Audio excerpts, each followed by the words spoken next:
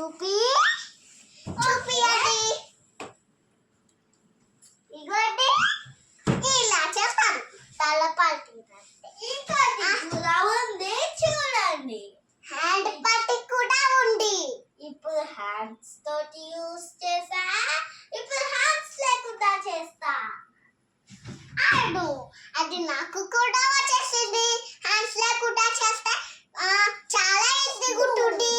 అందుకే bye hi subscribe cuties channel.